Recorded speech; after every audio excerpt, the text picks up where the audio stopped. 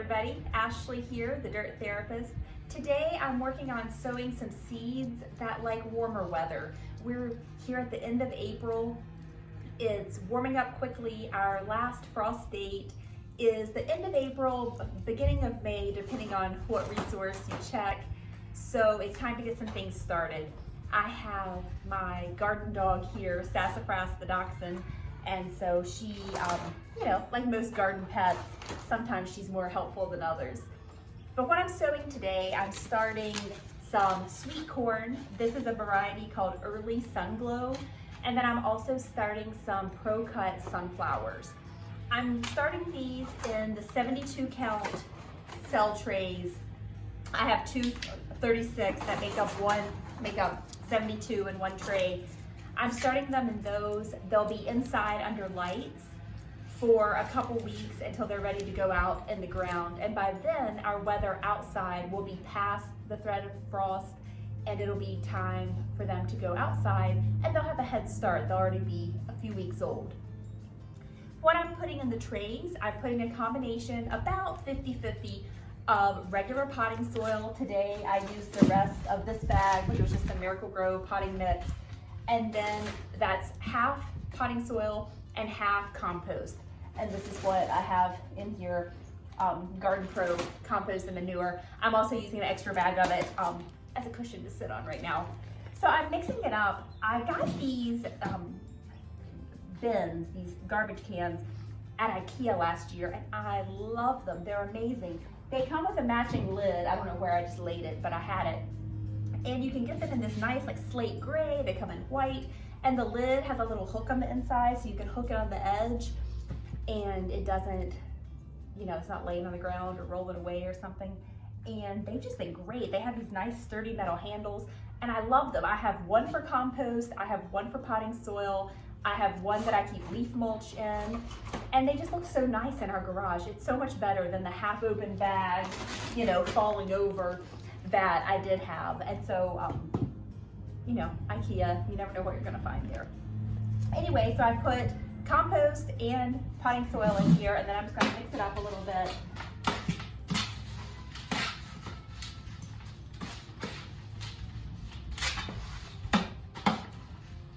And then I'm just gonna fill up my trays to the top. If there's any, clumps in the compost, then you'll wanna break those up as you go. Once I get this filled, I'm gonna go ahead and moisten the soil. I just have a regular mister bottle here, and this one with my blue tube on it, I only ever use for regular plain old water. It's handy. I have a smaller one that if I'm mixing up plant food or mixing up something else, a fungicide or something, I have a special smaller one for that I have marked. But this one is only ever water. And right now our area is on a mandatory water restriction. There's a problem with one of the wells for the town, or one of the pumps, one of the water treatment plants. And so they're down, I think they have maybe 6 plants, and one is currently offline. So they've asked all the residents to cut back on water usage, and they've put restrictions out about stuff you can't do. Like right now you can't irrigate lawns, you can't water lawns, you can't be washing cars, stuff like that. So I've been trying to only use water out of our 2 rain barrels to do my part with the water restrictions and to cut back on our water usage. So I got filled this up out of our rain barrel, and I'm so thankful. I'm usually always thankful for our rain barrels, but especially times like this when we're trying not to use other water. I'm very thankful to have the rain barrels and still be able to water my plants. In addition to the garden dog today, you may also see some kids run through. I think currently there are some people out cutting grass or trimming or something. So sorry for the background noise in advance, but you can hear a weed eater right now. Anyway, so we're gonna fill these up with that mixture of compost and potting soil. Then I'm going to go ahead and get the soil fairly saturated. You don't want it wet, you don't want it, dripping. But then I'm just gonna use my fingers to make little holes in each cell. You want to plant these an inch and a half deep. So the way, I would never get a ruler out to do this. The way I do that is usually this middle knuckle is about an inch for most people, give or take. So I stick my finger down halfway between those two knuckles, and that's about an inch, inch and a half, close enough. So I'll make the holes with my fingers, one seed in each cell. Then I will cover them up with another layer and water it again. Then I'll put them downstairs under my grow lights and keep you updated. They should germinate fairly quickly, so I'm expecting sunflowers and corn before long, and there is nothing better than corn on the cob in the summertime. I'm looking forward to it, my husband's looking forward to it, my kids are already excited about it. So if you have some space, definitely grow some corn. It is so much better out of your garden. Okay, so let's get them planted.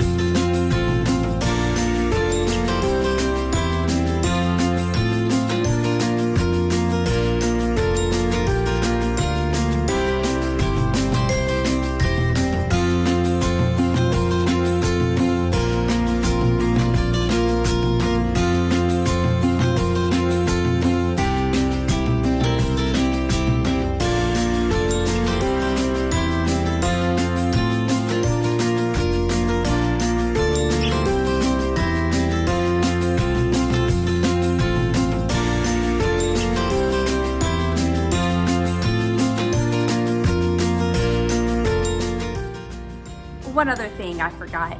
After sowing flowers like poppies and snapdragons that have seeds the size of dust, oh, it was such a breath of fresh air. It was such a relief today to be sowing sunflowers and corn that have big seeds that are easy to grab onto. If you drop one on the ground, you just pick it back up.